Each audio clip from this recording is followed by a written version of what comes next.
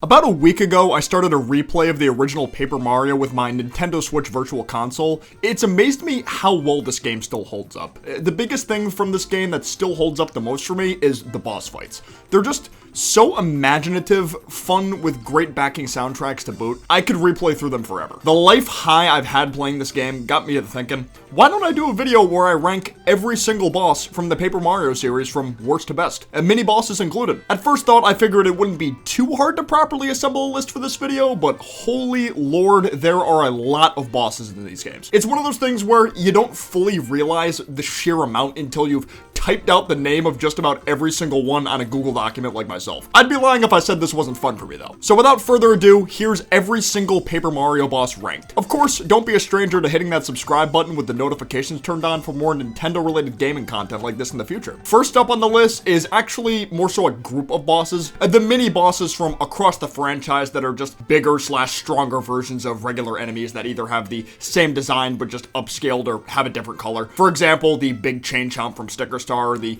big Lava Bubble and Spiny from Color Splash, and the paper macho enemies from Origami King. These bosses kind of all blend in together for me and don't really add a whole lot to the table. Most of them even having the same moveset as their base versions, but just have a bit more attack damage and more HP. With the exception of a few pairs, none of these bosses really got me excited when fighting them. It always felt like a chore, if anything. I just wanted to get them done as fast as possible. The exceptions to these are the following, which have the slight edge, those being the Goomba Brothers from Paper Mario 64, the Armored Harriers from Thousand Year Door, the Sumo Bros from Paper Mario the Origami King, and the Colored Dry Bones from the Thousand Year Door. Yeah, they're still just recolored versions of base enemies, but at least they have a bit more personality to them, especially the Goomba Bros with their relationship with King Goomba. The Dry Bones don't have any dialogue, but the process you have to go through to get them I always found fun, that being having to mow through a bunch of normal Dry Bones to find the unique one. Megasparkle Goomba, I almost grouped in with the original group of regular enemies, but just bigger, but I can at least say this one has some semi-unique transformations to it, as well as solid enough theme to it that it's a unique fight to that alone, which I can't say for some others. Buzzar is a roadblock mini-boss you have to fight during the events of Chapter 2 in Paper Mario 64. Although this is the only time you fight this guy, I always liked his design. Yeah, he's this world's version of a Klepto, but it's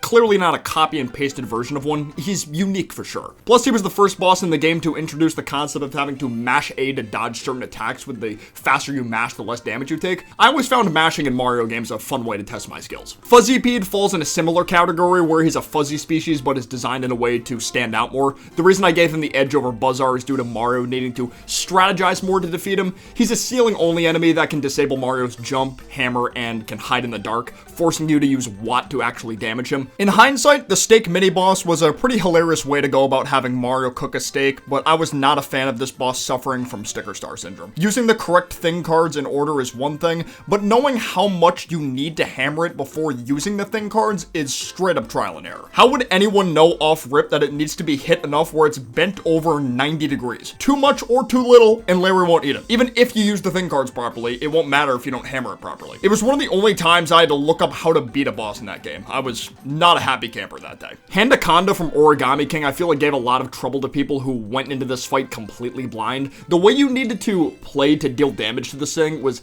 very specific and almost annoying to figure out. However, the soundtrack that plays during this fight is awesome. The rock, paper, scissors battle is fun enough, and it feels like this battle has a lot of stakes to it since you have to beat it in order to save Olivia. The Bowser fights from Super Paper Mario pretty much stand on equal footing for me. Since his horns are all spiky, you can't really jump on him, so the standard strategy is to use Boomer to explode at Bowser's feet whenever he jumps. It's still a Bowser fight though, so it's decently fun nonetheless. As fun as a Super Paper Mario boss fight can be, that is. Gus is an optional mini-boss from Paper Mario the Thousand Year Door and one of the only bosses fought on Rogueport's surface. His two attacks being a spear throw or a spear charge that do 3 damage each. It's a pretty standard fight, but I just like the crow enemy design a lot. It's one of the few enemy designs that's totally unique to the Paper Mario series, and it's unfortunate that it hasn't made a return in any of the modern titles. And sadly, probably never will. Lee and Chan are two of the main trainers at the Toad Town Dojo in Paper Mario 64. If you want to go through the dojo trials, you eventually must face both of them. Chan's fight is comparable to a standard Buzzy Beetle where you just gotta flip him over to do damage, but he's got some personality to him and is willing to give Mario some fighting advice. Lee has the edge in terms of the fight itself though, due to being a Duplighost,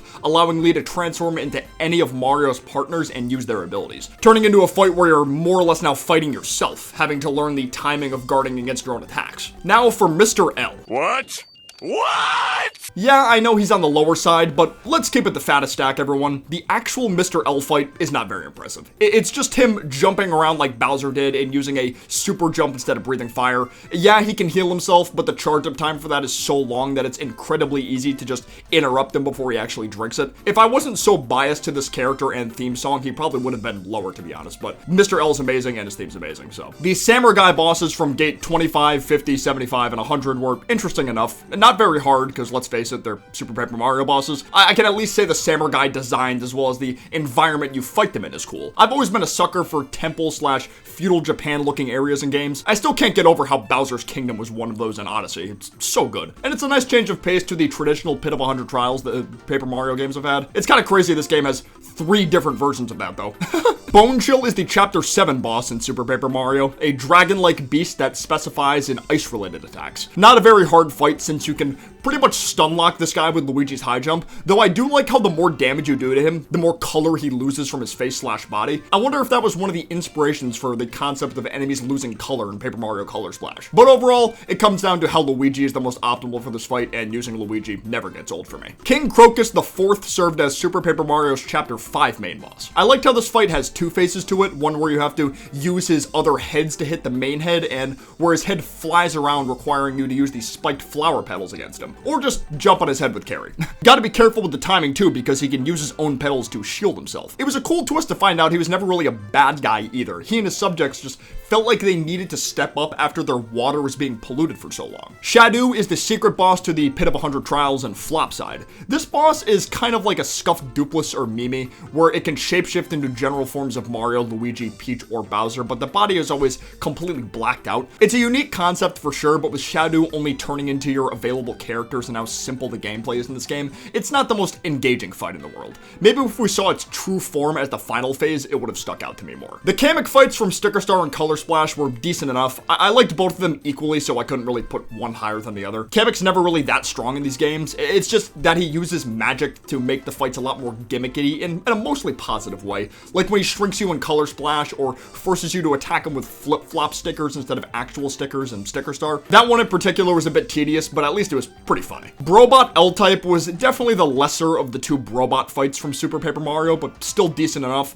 It functioned similarly to how Bowser's fights did in this game, only Brobot had a bit more variety in attack power, like throwing rocket punches or doing ground pounds. Plus, I mean, come on, it's a giant Luigi head. How could you not have at least some fun dueling with it? The Underchomps were arguably the most unique boss in Super Paper Mario. It seems pretty obvious the style for this fight took inspiration from the Mother series games and how they treated fights, which, if true, it's a very awesome Easter egg. It wasn't necessarily that easy either, because the core strategy for this fight revolved around using Piccolo putting them to sleep. A pixel that you as the player kind of have to go and search for and not being hand given to you like most of the other pixels were. So I really like that extra strategy element. Francis. I feel like this weirdo chameleon mostly speaks for himself. The guy forces Peach into playing a dating sim game with him. That moment still goes down as one of Paper Mario's most hilarious moments to me. I don't care. And for a nerd, he's pretty slippery too. There were times where that man would turn invisible, instantly flash the camera, and then turn invisible again. Like, I can't touch you. O-Chunks, the Scottish freak with a digestion problem, was always a treat to fight. Never hard, and the fights themselves didn't vary all too much, but his fight with Bowser was definitely my favorite. The way he tried to redeem himself by saving the heroes after he was defeated, Bowser joining in to help too, which turned the situation into a meat measuring contest, it was good stuff. His theme is amazing too. It's almost on par with Mr. L's. Monstar is a mini-boss that Mario encounters during the events of Paper Mario 64's 7th chapter. Not a very challenging fight, but I just love this thing's design so much. It's legitimately one of my favorite looking ghost designs in a Mario game. Plus, learning it was never actually a ghost, but a group of star kids trying to stray away evil intruders was a nice little twist. As much as Mimi freaks me out, I can't deny that she's a solid boss. The way she just walks towards you looking unstoppable, using those ruby crystals as weapons, plus that one unique fight where she didn't even turn into a spider, was a nice change of pace. It's so interesting too how she's one of the only major antagonists that doesn't really have a proper health bar. She only takes progressive damage if you attack her in quick enough succession to remove one of her legs. Oh, Dimentio, how I love your design to death. The way you use magic to attack your foes, whether through purple blasts, cloning yourself, or explosions. But I cannot deny the big reason he's higher than the rest is because it felt so satisfying to whoop his cheeks every time. The way he always acted like he was smarter than everyone around him annoyed me a lot as a kid, and it felt good to keep making him lose. A proper follow-up to this, Super Dimentio, the most powerful being the Paper Mario verse has seen besides Bowser himself. I really wish I could have put this boss higher because of how strong and cool looking he really is. Being a funny but also creepy fusion between Dimentio and Luigi, it's just this fight is held back heavily by the gameplay from this game. This boss has very basic attack patterns and can be beaten very easily by just spamming Fire Breath with Bowser, for example. If this fight was used in another turn-based battle system Paper Mario game, it could have been a lot better, I feel. Count Bleck, on the other hand, had a lot more going for him in the attack variety department. You know, the black holes, the time slowdowns, and shooting blasts of shadow at you. His theme and design aren't as good as Super Dimentio's, but the gameplay felt quite a bit more engaging, which gives him this slight edge here. Fracktail and Wracktail I like a lot because these two are bosses that you can't just beat through jump spam like just about every other boss from Super Paper Mario. There's at least some strategy to it with using those little toys to throw at its antenna, on top of those two being the only fights in the game that require Mario to use the 3D flip mode to make progress in the fight. It's a shame how there weren't more bosses that had you use it because I thought it was a pretty cool mechanic that they added to the game. The standard Brobot fight was without a doubt my favorite boss fight in Super Paper Mario. Definitely the most creative one too, having the heroes partake in a space shooter style fight with squirps being your main source of ammo. Plus there's all these cool power boosts you can get that can increase your damage and make you move faster or put a shield around you, just to name a few examples. It's genuinely the best way a chapter revolving around outer space could have ended. The Anti-Guys are a very powerful group of Shy Guys that have appeared on several occasions throughout the Paper Mario series, and the main reason I decided to give these guys their own tier and not group them with the other stronger versions of random baddies is because fighting these guys is genuinely challenging, which was a nice way to test the skills of players after going through a game that had been more or less a cakewalk prior to said fight. I think we can all agree Paper Mario games are generally easy for the most part. The Bowser Jr. fights in Sticker Star were decent enough. Even though that game as a whole is very questionable, it was nice to see Bowser Jr. make his proper introduction into the Paper Mario verse. He was never really fought in a turn-based style format before this game either, unless you want to count partners in time, but that's not really technical. A fair amount of strategy was needed to beat him in his third fight too. And make sure you're stocked up on those raccoon stickers or you'll be in for a world of hurt. Can't See Koopa is an optional mini-boss that can be encountered after clearing Paper Mario 64's 5th chapter. However, he's no pushover, so it might be more ideal to fight him after beating chapter 6 to be honest. Having 10 attack power, it's most ideal to try to put him to sleep or make sure he can't attack too much. He falls on his back like a regular Koopa, but you need to have good eyes to pick the proper target after he's flipped over, which is his tail. Following the proper strats make it fairly easy, but not doing so can lead to a decent challenge. The Big Lantern Ghost is definitely an easier fight than Kent, functioning similarly to Fuzzipede where he likes to hide in the dark and Mario will need to attack his lantern to reveal him before being allowed to do damage. It was nice to see these types of Shy Guys weren't just left in the dust in Yoshi's Island either. They were always one of my favorite versions of Shy Guys. Beating this guy unlocks one of my favorite Paper Mario partners too, that being Watt, which definitely adds some extra points for this guy. Spike, also known as Lakilester, is an interesting one because this is one of the few instances in one of the Paper Mario turn-based games where you have to fight a partner before having it join your party. The other being Vivian and I guess kind of Mr. L. The fight's basic, but I just like Lakilester so much, how he tries so hard to act tough, the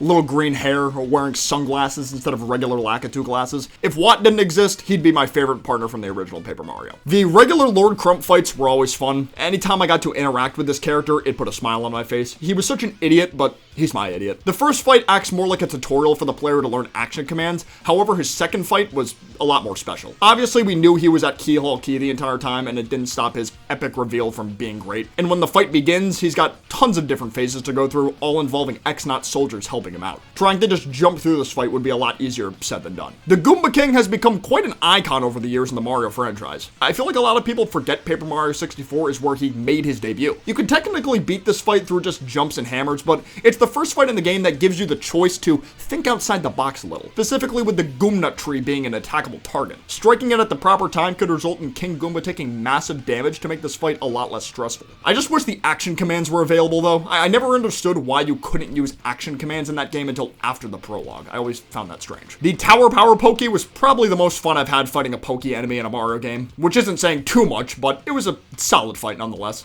The theme for it really did a great job of bringing out that feel of being in a desert. The way it just kept getting bigger and bigger as the fight went on, requiring Mario to eventually use the bat sticker in order to make the fight winnable. Nothing too outstanding, but definitely not Sticker Star's worst. Petey Piranha from both Sticker Star and Color Splash function mostly the same. Neither required a specific thing sticker to defeat, but are both at their weakest once they're dizzy. The Sticker Star fight definitely had more stakes because you would get Kirsty back after dealing enough damage to Petey. What I was not a fan of is how, by this point in the game, the infinite jump sticker is a thing, to make certain fights an absolute cakewalk. Who thought adding that sticker was a good idea? Like, honestly, it's so bad. Bowser's Sticker Star fight has some cool phases to them, coupled with a very epic climax theme for the final phase. What I don't like is how many specific thing stickers are needed for this fight, and how the game gives you zero hints about what you need. Literally none. It's just trial and error unless you're extremely lucky or look up someone else's playthrough for the fight. I can respect the fight still being on the more challenging side, even if you know what to do and how cool Bowser looks here,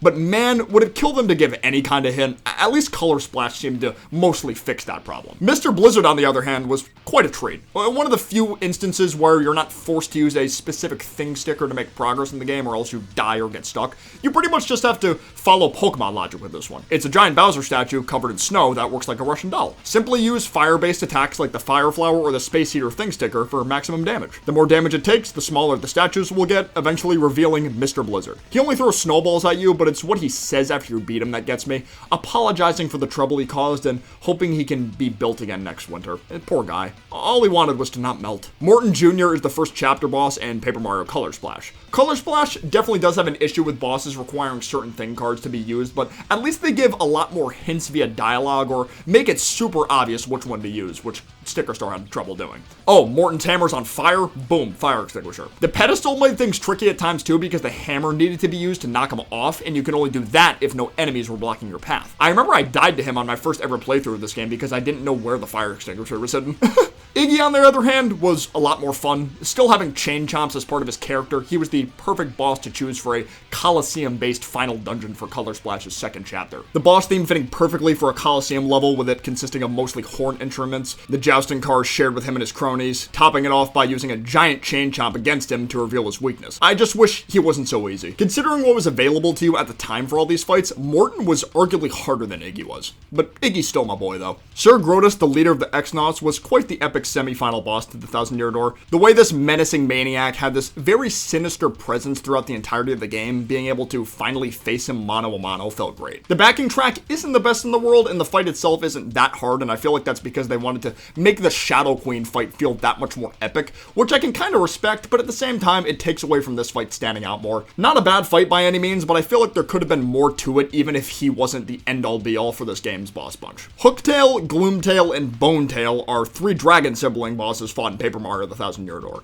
Hooktail being the Chapter 1 boss, Gloom being a roadblock in Chapter 8, and Bonetail being the final trial in the Pit of 100 Trials. These three all follow a similar attack pattern requiring about the same amount of strategy to beat, so ordering them properly was a little hard for me. Hooktail literally can't be beaten unless you have a specific sound effect badge on, Gloomtail can poison you, and Bonetail can freeze you, make you dizzy, and put you to sleep. Obviously, Bonetail is the hardest, but they all follow the same attacking patterns for the most part, just with different side effects to Mario or his partners. They give off such menacing energy too. Hooktail being the beast that terrorized Petalburg, Gloomtail wanting revenge for his younger sister, and Bonetail being considered one of the game's ultimate challenges. Very good stuff indeed. Wendy O. Koopa is the Chapter 4 boss in Color Splash, arguably having the best theme out of all the Koopalings in this game. How perfect to have pirates chanting in the background in a chapter that was themed around pirate toads looking for the lost treasure and adventure. She even does her attacks in rhythm with the music, which is always something I've loved when video games do. Stuff like Music Madness from Donkey Kong Country Returns, it's pure bliss. Yeah, she does require the camera thing to beat, but she gives you many obvious hints as to what it needs to be, saying things like,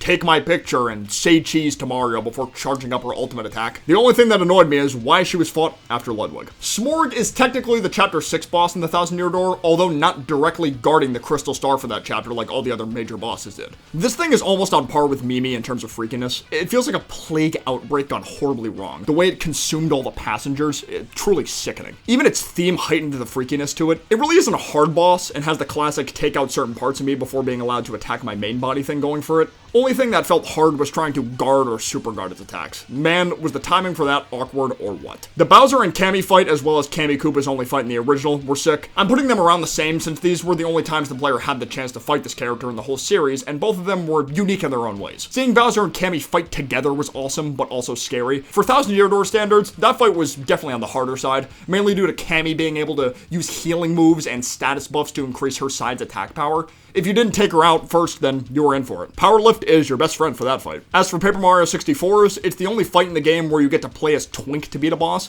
Yeah, it's not hard, but that fight is such a good motivator. Seeing little Twink, who started off as just a regular star kid, growing more and more powerful with the help of Peach's wishes, eventually getting strong enough to defeat Bowser's right hand, it felt very inspiring in a way, even if it was somewhat corny. Tunton Koopa is quite a funny guy. The way he pretends to be some ghostly figure to scare Mario away because he's clearly not keen on fighting him. His design is very cool too. They couldn't have made the concept of a Koopa that's also a pharaoh look any cooler. His theme also fitting super well with the area he's located in, requiring you to strategize around dealing damage to him as well as his chain chomp. Just an all-around good boss. Now, this might be a crazy take, but I think Sticker Star's Gooper Blooper fight might be my favorite iteration of a Gooper Blooper battle in the entire Mario series. Or at least top 3. There he is! Go get him! I was never the biggest fan of Sticker Star's overall soundtrack, and I'm very glad things improved in that department with Color Splash and for sure Origami King, but holy cow, the music in the Gooper Blooper fight is incredible. It follows the same principle as the 1D fight, with the fun doubled. The music in this fight is constantly changing, and so are Gooper Blooper's dance moves with it, with the best part of course being the climax where a remix of the original Super Mario Bros. Theme starts to play. What a treat that was. Anytime I've listened to this fight on my own, I can't help but jam out.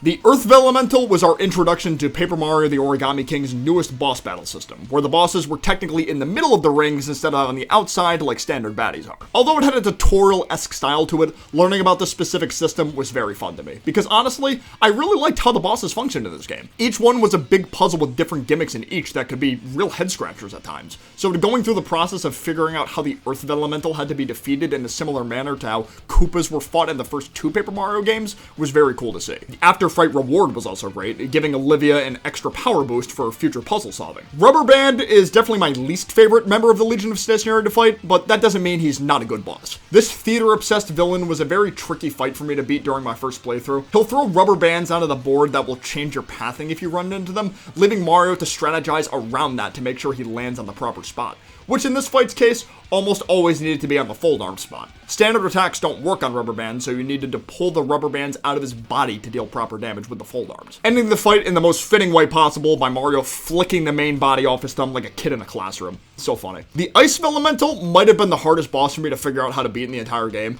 At first, it didn't seem too bad, just had to use fire-based attacks to deal the most ideal damage, as is tradition. It's when it started doing that ice block attack on the rings. That's when I really started getting screwed up. I literally had to take a picture of how the path originally looked on my phone when I first bought this thing. I just couldn't for the life of me put the path back normally. Still had fun though. Just didn't think I would need to strategize that much in a modern Paper Mario game at the time. The Water Elemental was another one that gave me a little bit of trouble. Those freaking whirlpools, man. There would be so many of them on the field the closer you got to the end of the fight that if you didn't make the exact right moves, you were pretty much screwed. But you know what? I kind of respect it in this instance. You know, a lot of strategy went into fighting this, knowing when you had to jump on it, when to use the earth power, and when to use the fold arms. Not doing these in proper order could result in a game over. Plus, it's a dragon. Dragons are awesome. The last Velelemental of them all, the Fire Velelemental. I mean, it's literally Moltres. Do I need to say more? It's Moltres. Though, fun fact, if you didn't know, all the Velelementals are actually based on the 4 symbols, which are 4 mythological creatures that appear in Chinese constellations. Larry Koopa was arguably the hardest of the Koopaling fights in Color Splash, besides maybe Roy, mainly due to how the fight required you to go through a gauntlet of regular baddies before being able to actually damage Larry. And if you didn't beat them quick enough, Larry would keep perma-healing himself and you'd have to start from scratch, meaning you had to plan out each attack very carefully. The thrill levels in this fight were very high for me too. I think it's because the whole battle took place on a moving train. It was very invigorating. Ludwig was also great, having one of the more unique fights in the game for sure, with his first phase requiring me to destroy his half-made battleship, with the only way to do that being the use of the raccoon cards to bounce the cannonballs back at him, followed by his submarine phase, which requires the use of the balloons to counter. Never would have thought Birdo would be helping me defeat Ludwig one day, but here we are. Still triggered by the fact he's fought so early, though. He's supposed to be the strongest, man. Why? Junior Troopa has become one of Paper Mario's biggest icons, mainly because of how many times you have to fight this little rat. Each time is more fun than the last, though. Junior Troopa is always fought as a roadblock boss in between new chapter transitions. He can fly, use a magic wand, put a spike on his head, or all the above. I oddly found his bratty personality very charming, because he reminds me a lot of Bowser Jr., just way more vocal. Even though you were fighting the same character each time, every single battle had varying strategies to them, which never made fighting him dull. Oh, he's flying and has a spike on his head? Hopefully you got your spike shield equipped or aren't afraid of using what? Paracarry or bow.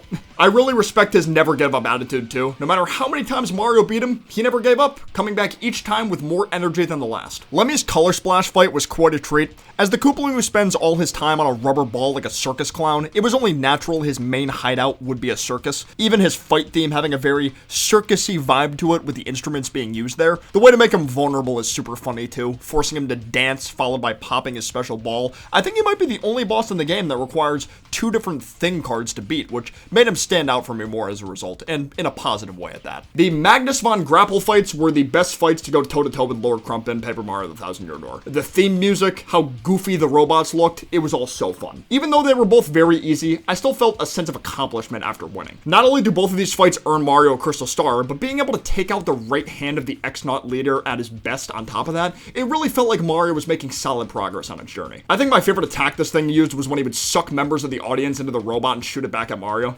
Getting the timing down on those blocks could be tricky as well, because if you get one right but mess up the next, it can be tough to get back into the groove of things. Jean-Pierre Polnareff... Wait, that's not right. Jean-Pierre Colored Pencils the 12th served as the first member of the Legion of Stationery Mario had to take down in the Origami King. Also, if you didn't know, the reason he's named the 12th is because he's got 12 different colored pencils. This fight was so hilarious. The way the colored pencils work as missiles falling from the sky, having to close the case so they self-destruct on themselves, requiring a lot of rotation to optimally damage it too, needing to be in front to damage it if it's stunned, or behind it to close the lid to blow itself up. The finishing blow you can do on this thing is very epic too, grabbing all 12 of the colored pencils with the fold arms to just slam him into the case. What a finish. Very fun first boss to the most recent title. Bowser's final fight in Color Splash was a lot more straightforward than Sticker Stars, but I don't think that's a bad thing necessarily. You weren't forced to use specific thing cards at specific parts of the battle with 0 hints to take Bowser down this time. The twist of Bowser not really being the true villain was pretty shocking too. It was the black paint that actually took over Bowser's mind, with the real Bowser not even knowing what's going on in real time. The climax of the fight was easy, but very sad too, because it required sacrificing Huey to get rid of all the black paint. Huey was one of the funniest Paper Mario sidekicks, giving his life for the greater good. I actually almost shed a tear during my first playthrough. Rest in peace, Hubert. Roy was definitely the best fight in all of Color Splash. Not only did his boss theme fit perfectly with the personality of his character, but the whole gimmick around him shooting paint at you was so cool to me. He repurposed his bullet bill cannon into a paint cannon that shoots different colored paint at Mario. If Mario shot with red, for example, he moves and attacks faster, which means the player has to input action commands at a much higher speed to do optimal damage. Green makes him move slower, and purple poisons him to damage him every turn, for example. It's a really fun way to test your input level skills. The washing machine is the big key to winning this, though, because it's the only way to clean up Roy's black paint attack. I really wish Roy had his own area or chapter dedicated to him, though. I was not a huge fan of him being fought so close to the final battle and inside Bowser's castle. Although the Master is technically an optional boss in the original Paper Mario, I feel like I had to put him this high solely for how difficult he is. This guy does so much damage, it's ridiculous. If you're not prepared for his fight, you will get bodied. And apparently he's the only optional boss in all of Paper Mario who's not a reskin of some kind either, which makes him unique in that aspect. And even though he's a nice guy, I'd be lying if I wasn't getting enjoyment out of fighting a Toad. Why can't that be a thing in more modern titles? I wanna beat up some Toads. Macho Grubba is the true main boss to Paper Mario Thousand Year Door's 3rd chapter. Initially believed to be a fun-loving manager who just loved the sport of fighting, he was revealed to be a power-hungry maniac that sucked the life force out of new recruits to keep himself in good shape. He literally goes Super Saiyan before you fight him, by the way. This guy's attack variety is insane too, from backflips to speed-ups that allow him to attack twice in one turn, or becoming dodgy, which can make Mario or his partner's attacks miss. It was nice to learn he wasn't affiliated with Sir Grodus or the Shadow Queen at all either. He was just on his own the whole time, which felt like a nice curveball to the usual defeat insert Grodus or Shadow Queen minion here. The way he fights was a nice way of foreshadowing the power of this Crystal Star Mario gives in battle too, which is of course boosting Mario's attack and defenses by a certain number of stages. The Koopa Brothers, one of the best first bosses I've ever seen in a Mario game. How can you not love these guys? They're literally the Teenage Mutant Ninja Turtles! Even their boss theme sounds like it could belong to a band of superheroes. I just loved how involved they felt during the entire journey through Chapter 1. The way they were shown to keep setting up traps for Mario as he got further into the fortress was so funny. They're one of the only major bosses to make a return later in the game too. Albeit knocked away by Junior Troopa, but it was still nice to see them again. I really love these goobers. Hole Punch the Disco Devil is one groovy office supply. His theme feeling like a mixture of trying to encapsulate the feeling of desert and disco was perfect. Even what you have to do to fight this guy is hilarious, which is have a dance party to the right tune. Like Gooper Blooper and Wendy, Hole Punch is also constantly dancing to the music playing in the background, which is always nice. The strategy for this fight isn't too hard, you know, the backside is the weak point. What is cool though is how the Hole Punch damages Mario. He'll literally cut holes out of Mario's body that decreases Mario's max HP, and Mario will need to pick up those pieces of himself throughout the battle to make things less tough. I wonder how people would react if this song was ever played in an actual club. The Shifty Sticker Tape is so good. One of the big reasons a lot of these Origami King bosses are so high are because of their themes. The composers for this game absolutely snapped on the battle themes. It's genuinely the best OST in a Paper Mario game to me. It's the way the guitar plays here that makes it so awesome, coupled with the fact that the gimmick of tape sticking the rings together, making this one of the few boss fights that practically forces the player to use the sliding mechanic, was an interesting change of pace. Which I was never a huge fan of, because turning was just way more fun, but it was a good way to get your brain going. And of course the tape sounding like a mobster like he's from New York was very random, but also hilarious. The Shadow Sirens are one of my favorite groups of baddies in all of Paper Mario. Their dynamic is amazing. Beldum, the small and skinny shot caller, Marilyn, the dumb powerhouse, and Vivian, the in-between sweetheart. Their theme is great, their designs are great, and their fight is great. I love the way each of them have an elemental specialty, Vivian being fire, Marilyn having electricity, and Beldum having ice, which all correlates well with the colored stripes of each of their hats. Learning they were never truly working to help Grodus the entire time was a cool twist too. It reminded me a lot of how Dimentio went about things in Super Paper Mario, just with a lot less foreshadowing. Plus, if it wasn't for them, Vivian wouldn't exist. Top 3 Paper Mario partner of all time right there. Huff N was the main boss for Paper Mario 64's 6th chapter and considered one of the hardest bosses in that game. But that's only if you don't know what to do. The main thing that makes him annoying is that he can heal and has a charge attack that can deal a lot of burst damage. As long as you're using AoE attacks when there's a lot of rough puffs on the field, you should be mostly fine. I feel like for first playthroughs, he'll give a lot of people trouble if they're going in blind, but once you know what you're doing, he's not all that. I still like the fight a lot though, I just wish he was a bit more involved during the events of the chapter itself. Cortez the Pirate King is awesome. He's a lot like Huff N where I feel like he can be pretty tricky if you don't know what to do. Specifically in the third phase of the fight where he has a bunch of different weapons pointed at you that can deal varying damage or even inflict Mario with a status element. The tech to making this easier is either using Flurry to blow the enemies away or using Vivian's fire ejects. Though Flurry's blow away is much more ideal because it completely removes them from the field. I don't know. I think I just love pirates. As a person who got into One Piece after I beat this game, it's made me appreciate him more. They even named him after a well-known explorer from history, Hernan Cortez. I was really glad this guy ended up becoming an ally after he defeated him too. He's the only chapter boss to turn over a new leaf in this game, by the way, which makes me like him a lot more and just makes him more unique. King Ali, the final boss in Paper Mario the Origami King, was very creative. The way Ali turns into all the different Vellumentals that Olivia does, the Origami Sumo fight with Bowser and Mario working together, and the final phase being a mix of the ring puzzle and timing action commands to guard against giant deadly attacks from Ali, with each of these phases having a different theme that all fit well as a final boss theme. Some say the Origami King battle systems aren't fun, but to say this boss fight didn't feel like an epic finish to this game is just a lie. I was on the edge of my seat the entire time. The Fanged Fastener Stapler is the last member of the Legion of Stationery that Mario faces, and the one responsible for keeping the origami soldiers from unfolding themselves. It almost lacks like a guard dog of sorts, with its staples resembling the sharp teeth of one. Beating him requires you to get him to run out of ammo, by either timing your blocks against his attacks, or using jump attacks to get in as many hits as possible, even if they don't do that much damage. And my god, the theme for this boss, it's the most metal thing I've ever heard in a Mario game, and I love it. If you couldn't tell by now, I love when guitars are a main focus in video games OST, and that's probably because I play the guitar myself. I challenge you to not headbang to this part of Stapler's song. It's impossible not to.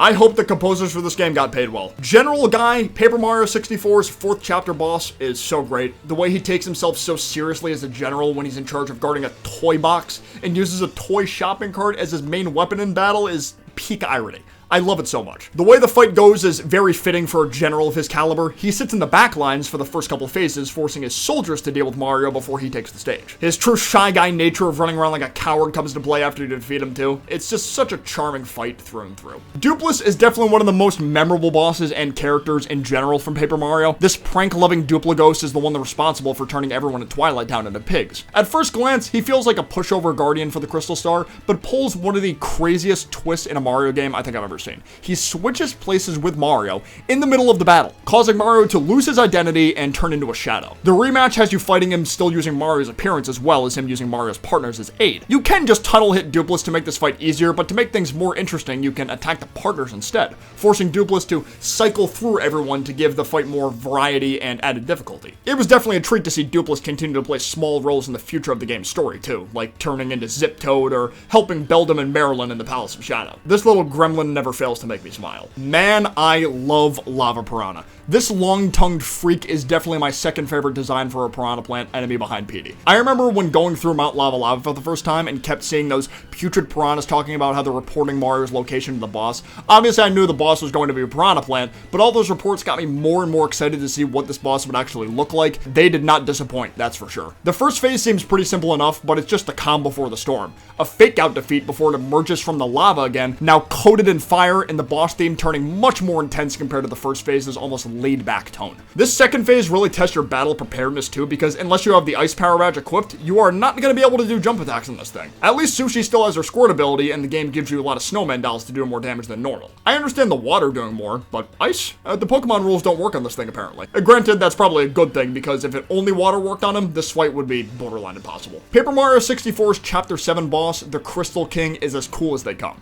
both literally and figuratively. His boss theme used to be my favorite boss theme in the Paper Mario series until Origami King came out. Same with his design too. The floating eyes and the crown with an invisible body, he's just so awesome to me. The fight with the Crystal King isn't a cakewalk either. Dude's got 70 HP, can leave a free status on Mario, and can heal himself. That clone attack still messes with me too.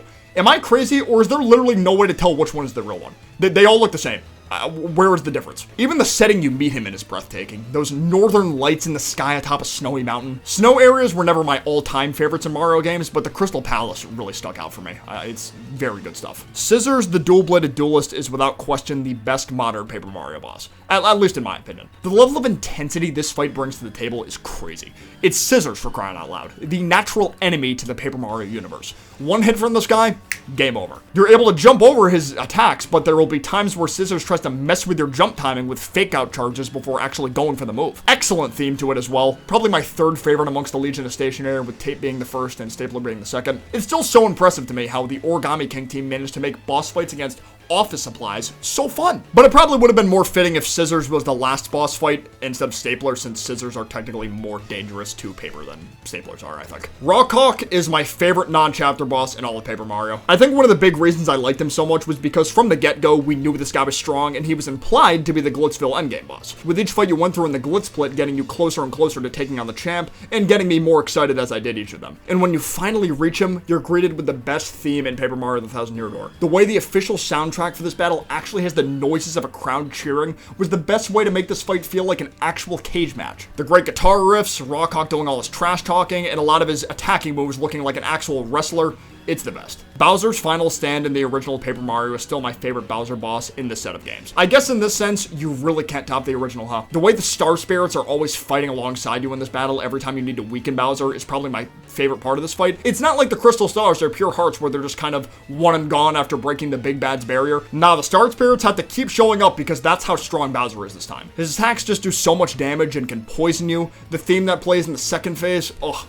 Chef's kiss. That's how you do a final boss theme right there. I know it might sound like a bit of a cop-out to put a Bowser fight so high, but I think he earns it. He really wants to win no matter what. This fight really stands out to me compared to the other boss fights in Paper Mario because of that. The invincible Tubba Blubba. How can you not love this big oaf? If you say you don't, you're lying and you know it. I just loved the mystery surrounding this guy's fight. Mario learning he has to take on a supposed invincible enemy whose power is said to be almost on par with Bowser himself. And the fact that you had to take such a foe on so early in the game was both terrifying yet invigorating. Only to learn the secret behind his invincible body is not having a heart, with his heart being locked away at the bottom of a windmill and being the true boss to this chapter all along, greeting us with a hilarious yet strangely epic theme upon the battle starting. I feel like this theme could be played at a party in the 1920s and people would be dancing to it like no tomorrow. This is another fight where if you don't know what to do and when to do it, you're gonna be in trouble. Homie's got an attack that deals 12 damage unless you have Bo in the field to make you invisible. You have to use her against this move at least a couple times or the fight is straight up unwinnable due due to the heart being so resilient,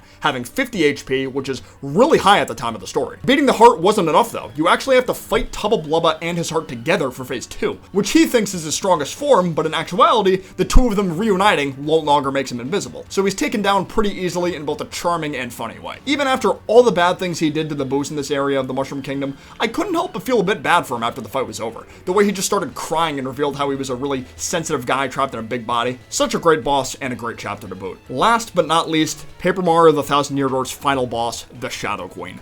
I know this might sound like another cop-out to put her this high, but it's pretty deserved, let's be honest with ourselves here. After how much of a cakewalk the Thousand Year Door was in the boss department, having a final boss be this challenging was both surprising yet very welcomed by many. Even just the build-up to this fight was nuts. The way the Queen just destroys Grodus like it's nothing, Peach's body being successfully possessed, and Mario having to actually do damage to her physical body in order to save her was so crazy to me as a kid, and it's still pretty crazy to think about as an adult. The Princess Mario had been saving on and off for years is the final boss in one of his games. This has been the only time a Mario game has done this, and I think that's what makes it so special. Yeah, it could be cool in theory to fight Peach again, but at the same time, having another Peach fight even in a non-RPG style Mario game would make the Shadow Queen fight a lot less special in my opinion. The theme for the boss being so fast-paced for the majority of it, adding the sense of urgency to the battle, making you feel like you need to take this demon out as soon as humanly possible or the entire world and Peach will be lost forever. All of this really gets you dialed into the fight in the best ways possible. I'd like to think that one day intelligent systems can make another final boss as good as the Shadow Queen,